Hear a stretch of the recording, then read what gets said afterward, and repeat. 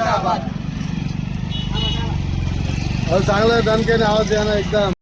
Schedule caste म्हणजे अनुसूचित जातीमधील अबकडं जे वर्गीकरण करण्यात येत आहे त्याला भीम आर्मी भारत एकता मिशनचा तीव्र विरोध आहे। त्याचे कारण असे की अनुसूचित जाती व अनुसूचित जमाती या एकसंघपणे आरक्षणाच्या लढाईत सोबत लढतात, यांचे समदुःखी आहेत। पण तरीही RSS धार्जिने भारतीय जनता पार्टीच्या सरकारने हा अन्यायकारक कायदा आणून अबकडं वर्गीकरणाचा GR आणून तोही 10 तारखेला नोटिफिकेशन देऊन 15 तारखेपर्यंत हरकती नोंदवायला लावल्या। पण त्या हरकती नोंदायच्या कशावर? त्याचा डाटा इम्पिरियल डाटाच नाही आमच्याकडे, तर त्याच्यावर हरकती नोंदायच्या कशा? व 2011च्या जनगणनेनुसार जर तुम्ही अबकडचं वर्गीकरण करत आहेत तर ते पूर्णतः बेकायदेशीर आहे।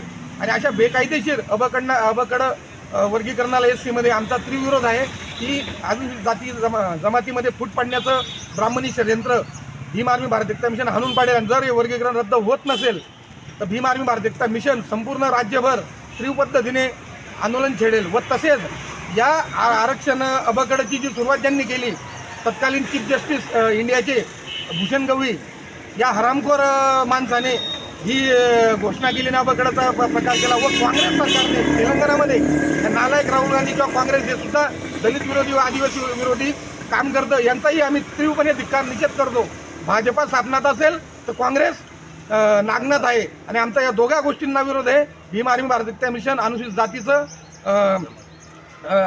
दमन रोखण्यासाठी सक्षम आहे। आणि जर संविधानिक पद्धतीने हे रोखण्यात येत नसेल तर आम्हाला दंड्याची भाषा करता येते। भीम आर्मीचा दंडा भी मजबूत आहे और झेंडा भी मजबूत आहे, हेच आम्ही शासन प्रशासनाच्या निमित्ताने सांगू इच्छितो। जय भीम जय भारत। बोली खानदेश मराठी न्यूज।